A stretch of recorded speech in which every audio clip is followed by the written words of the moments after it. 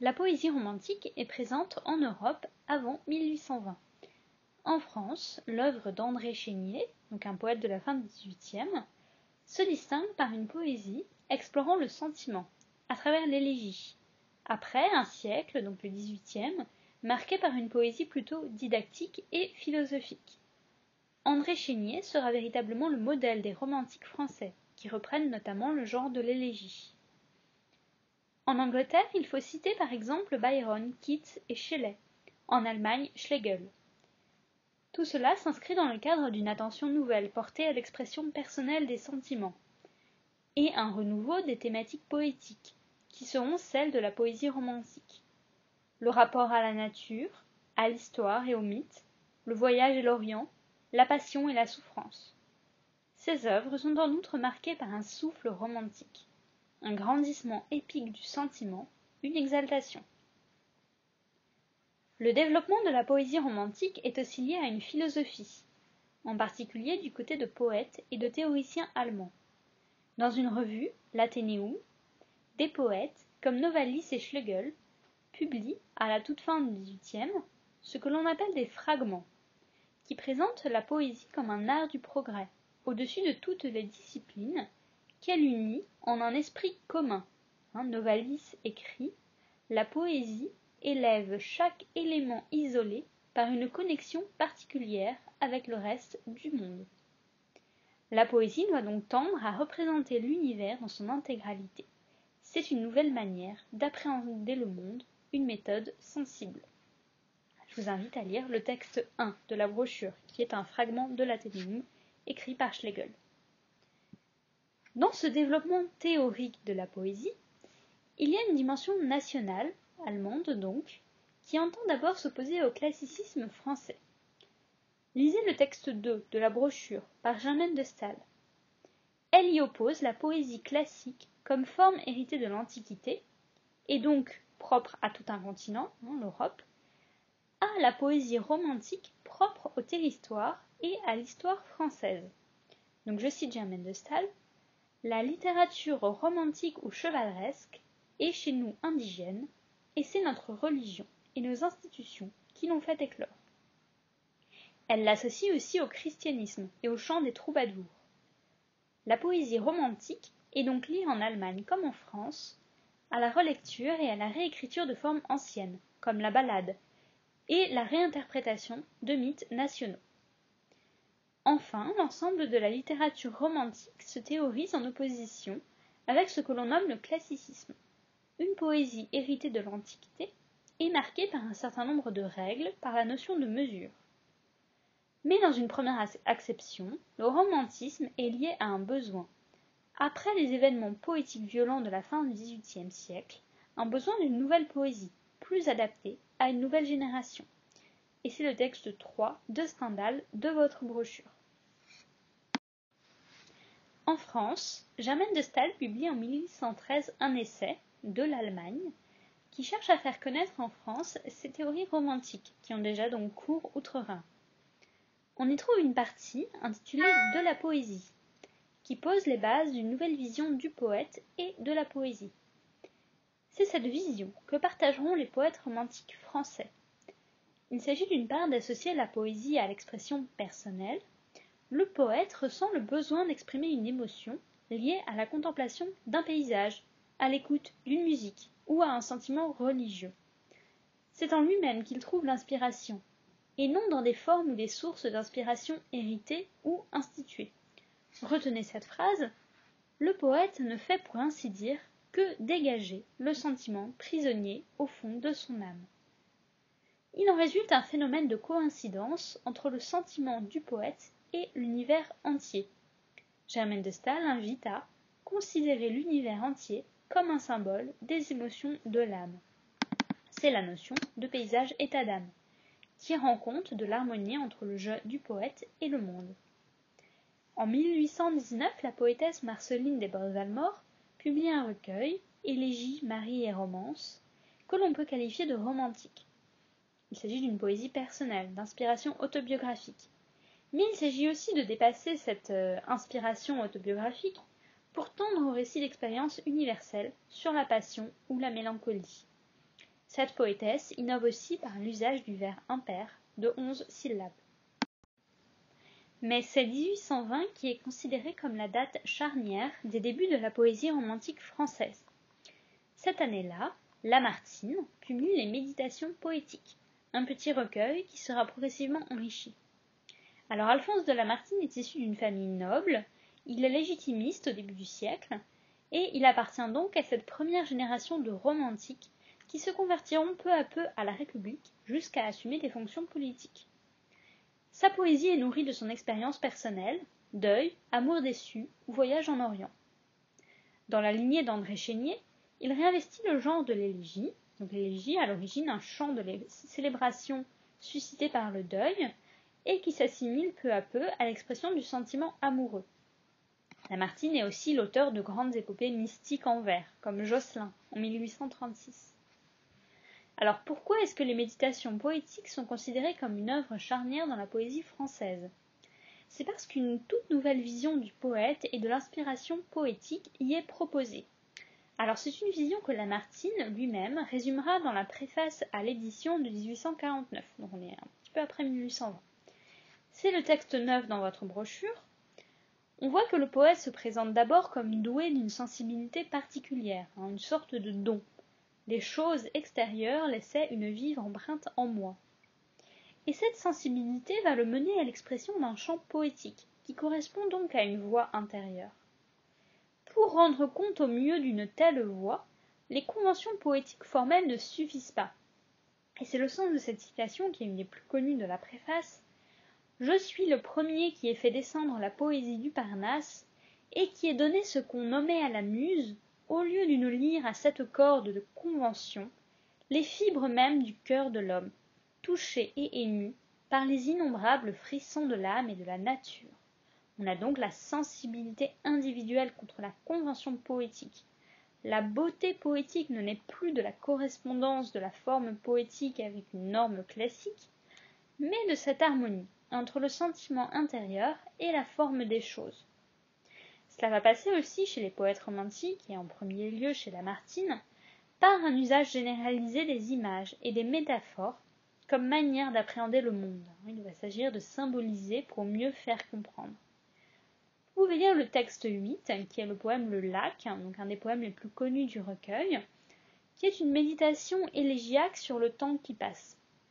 Et on voit dans le lac comme les éléments naturels qui entourent le lac deviennent les destinataires du discours, les témoins des regrets du poète et les réceptacles du discours de la femme aimée, en un système donc où il y a harmonie entre le cœur du poète et les éléments extérieurs. Donc nous venons de voir cette allusion de Lamartine à la lyre, et en fait à travers ce poète et l'œuvre des autres romantiques, c'est véritablement à une redéfinition de la notion de lyrisme qu'on assiste. Alors le terme lyrisme vient de l'instrument de musique attribué depuis l'Antiquité aux poètes, et en particulier au premier d'entre eux, Orphée, donc c'est la lyre. Un chant lyrique, c'est à l'origine l'association du poème et du chant, ou plus généralement un poème marqué par la musicalité. Aristote distingue la poésie épique de la poésie lyrique, en ce que cette dernière est liée à l'expression des sentiments du poète. Donc on voit cette double définition. Au XIXe siècle, le lyrisme est surtout associé à la deuxième définition, l'expression des sentiments. La voix lyrique, c'est donc la voix de l'intime, qui exprime des sentiments intimes, mais qui invente aussi une manière personnelle de les dire, face à la liberté du poète. La poésie romantique voit donc la naissance de ce que l'on nomme sujet lyrique. Alors attention, ça ne veut pas dire que tout poème de cette période doit être qualifié de lyrique, ni que tout poème lyrique est autobiographique. Le jeu du poète est souvent le support d'une fiction autobiographique, ou tend à exprimer des sentiments universels. Cela va aussi au-delà du sentiment amoureux. Par exemple, le poème Le Lac de Lamartine, texte 8, est une élégie qui évoque la mélancolie face à la fuite du temps, tandis que Rolla de Musset, le texte 10, rend compte du désenchantement du poète face à un monde sans spiritualité.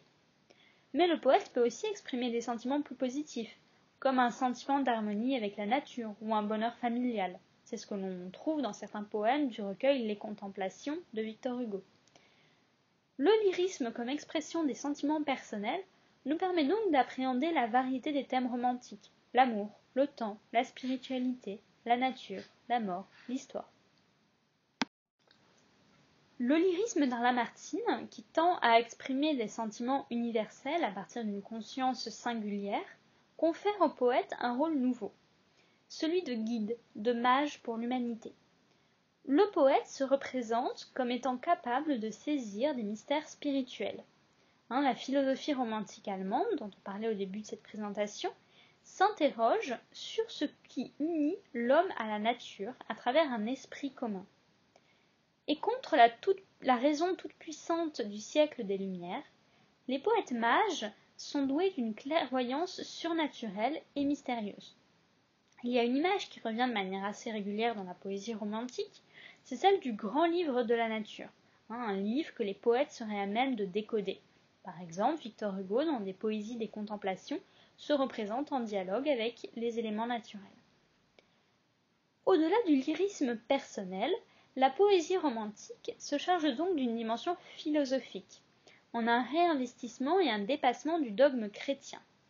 Il y a sans cesse une interrogation sur la science et les religions, souvent au profit de l'avènement d'une religion naturelle, donc au-delà des dogmes.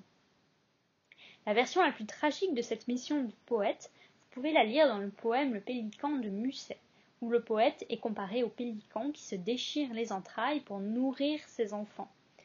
Et tous les poètes disent cette difficulté à savoir, comme au sein d'un sacerdoce. Cela les conduit aussi à réinvestir le genre de l'épopée, comme s'il s'agissait de montrer la voie à l'humanité. C'est ce que l'on peut lire notamment dans le poème Les Mages de Victor Hugo, un poème qui se situe à la fin de l'itinéraire spirituel du poète mené tout au long du recueil des Contemplations. Les poètes sont comparés à des prêtres, dépositaires des secrets de la création, qui disent « je vois ». De même, dans le poème La fonction du poète, il s'agit pour le poète, donc je cite, de préparer des jours meilleurs. On voit dans cet extrait qu'au-delà de la fonction spirituelle et philosophique, il s'agit d'une fonction politique. Une nouvelle vision du poète entre en coïncidence avec les bouleversements politiques que connaît la France et auxquels s'adaptent les poètes. À partir de 1830, il y a un véritable mouvement de conversion à la démocratie et au libéralisme de la part de poètes qui étaient auparavant légitimistes, comme Hugo et Lamartine, au point qu'ils occuperont des fonctions poétiques. Ils seront députés sous la Seconde République, ils seront aussi tribuns. Lamartine écrit « Honte à qui peut chanter pendant que Rome brûle ». Cette volonté d'engagement se traduit donc en poésie. Victor Hugo en est l'exemple le plus connu. Il a écrit des textes, par exemple, contre la peine de mort, mais surtout un recueil de poésie qui proteste contre la prise du pouvoir par Napoléon III. Un recueil qui s'appelle Les Châtiments. De manière plus générale, les poètes s'intéressent à de nouvelles doctrines sociales ou écrivent dans la presse. Alors continuons ce parcours des poètes romantiques par la présentation de celui qui est désigné par la critique littéraire comme le premier des romantiques, Alfred de Vigny. Son œuvre est très diverse puisqu'il s'illustre aussi au théâtre et dans le roman, mais témoigne en poésie d'un réinvestissement philosophique des grands thèmes romantiques. Chez Vigny, l'émotion lyrique va être mise à distance par le biais d'une mise en scène. Il réemploie en effet des imaginaires mythologiques et bibliques dans une poésie qui dit plus rarement « je ». Son œuvre est aussi marquée par l'amertume et le pessimisme. Son premier recueil, Poèmes antiques et modernes, fait usage d'allégories et réécrit des mythes antiques et bibliques pour exprimer une vision pessimiste du monde. Éloi ou la sœur des anges est un long poème philosophique publié en 1824. Il relate l'aventure d'un ange séduit par Satan, et il déplore l'insensibilité du divin au sein d'une poésie narrative proche de l'épopée. Il y a chez Vigny un refus de l'épanchement personnel, et le rôle du poète mage y est rendu plus complexe par les difficultés de celui-ci à trouver des certitudes spirituelles et philosophiques. C'est tout ce parcours que l'on retrouve dans le recueil posthume des Destinées, qui représente de manière pessimiste la quête existentielle de l'homme au sein d'un monde sans Dieu. C'est aussi une réflexion sur la poésie et sa puissance. Dans l'Esprit pur, dernier texte du recueil, le poète salue l'avènement d'une force au-delà du matériel, la poésie, qui devient la forme même de la pensée. Je cite « Ton règne est arrivé, pur esprit, roi du monde ». Donc on voit avec Vigny que la poésie en elle-même est un sujet traité par les poètes romantiques, et c'est un sujet qui est associé à cette quête philosophique. Alors, quelles innovations formelles sont portées par la poésie romantique? En réalité, les poètes romantiques ne sont pas forcément très novateurs sur le plan de la forme poétique. On va noter par exemple le respect de l'alternance entre les rimes masculines et féminines, ou l'usage des mètres classiques, sauf chez certains. Donc un respect global de la versification classique. Cependant, l'usage du rejet et de l'enjambement dénote une volonté de fluidifier l'expression au-delà de la limite imposée par le vers. On attribue souvent à Victor Hugo la paternité du trimètre romantique. Donc c'est un vers qui va présenter 2 césures au lieu d'une.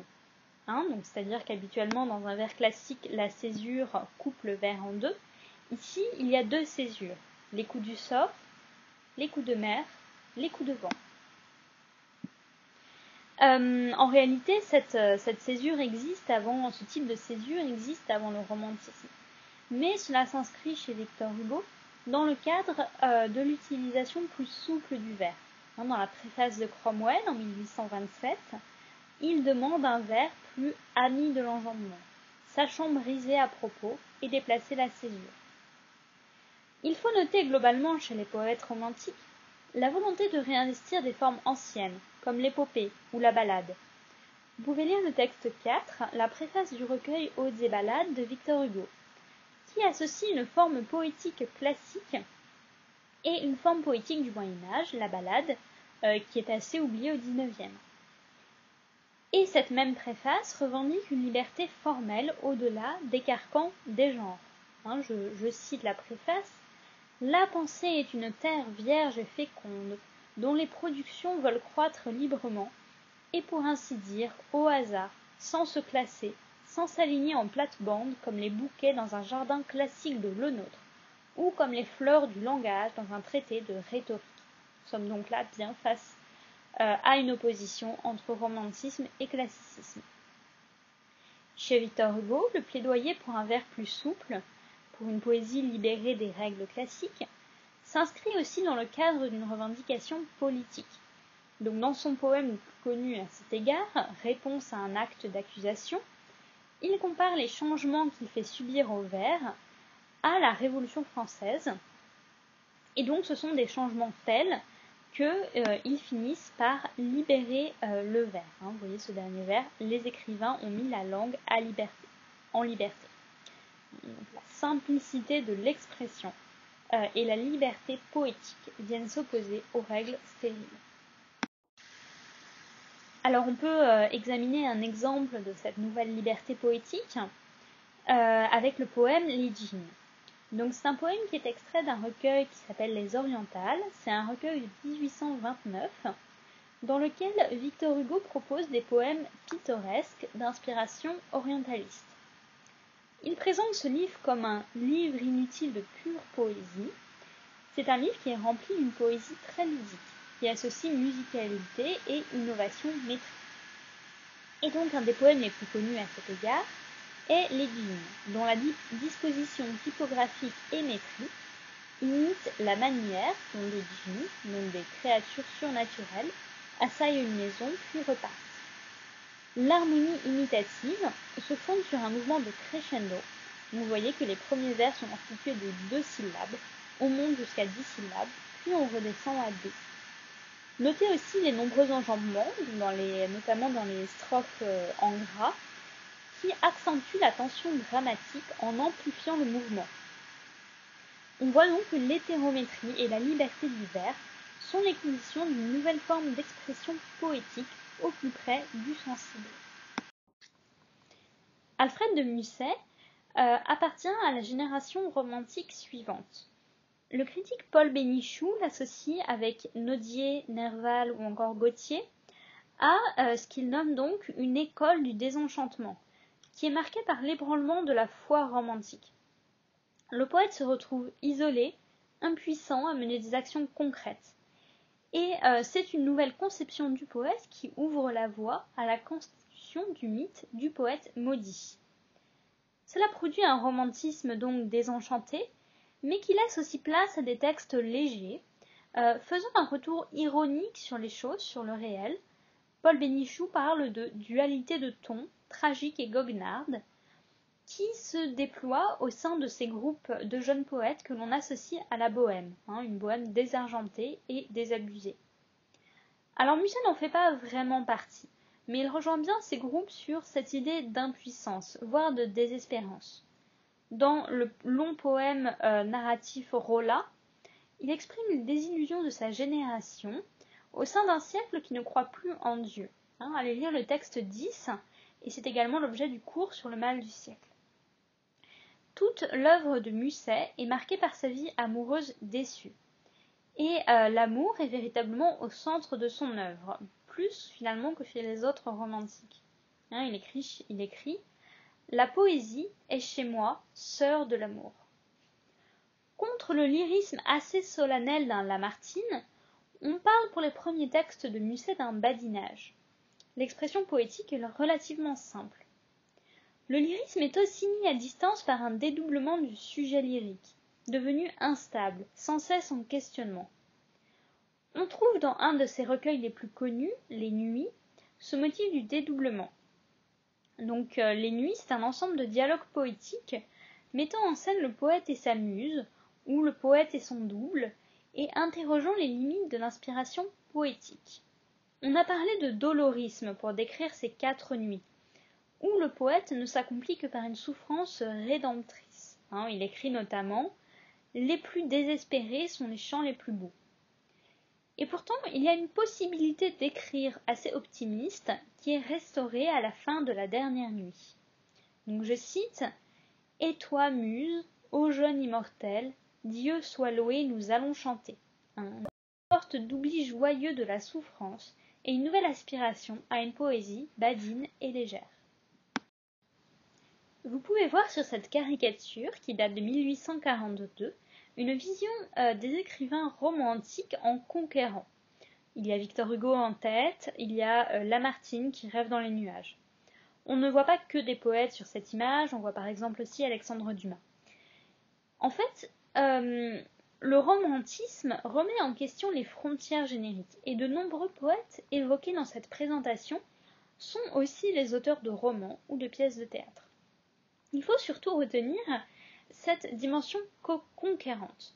Le romantisme est à associer à des textes de combat qui confondent la modernité en littérature, permettant l'émergence de formes et de thèmes nouveaux, et le progrès politique, ce qui est peut-être à confronter avec la poésie plus intimiste et désabusée d'un Musset. Alors on peut se demander quand s'achève le romantisme en poésie. En réalité, même s'il est remis en cause, bien sûr, à partir des années 1840-1850, il irrigue toute la poésie du XIXe siècle. Des parnassiens aux symbolistes, en passant par des poètes comme Baudelaire ou Rimbaud, il s'agira toujours de se positionner vis-à-vis de ce courant, plutôt contre du côté des parnassiens qui rejettent la notion de littérature utile et le lyrisme personnel, plutôt pour du côté des symbolistes qui réexploiteront cette notion du grand livre de la nature. Surtout, la poésie romantique est à l'origine d'une conception de l'œuvre et du poète dont nous ne sommes pas réellement sortis, celle de l'artiste génial et inspiré qui trouve en lui l'œuvre à faire plutôt qu'en des règles préexistantes.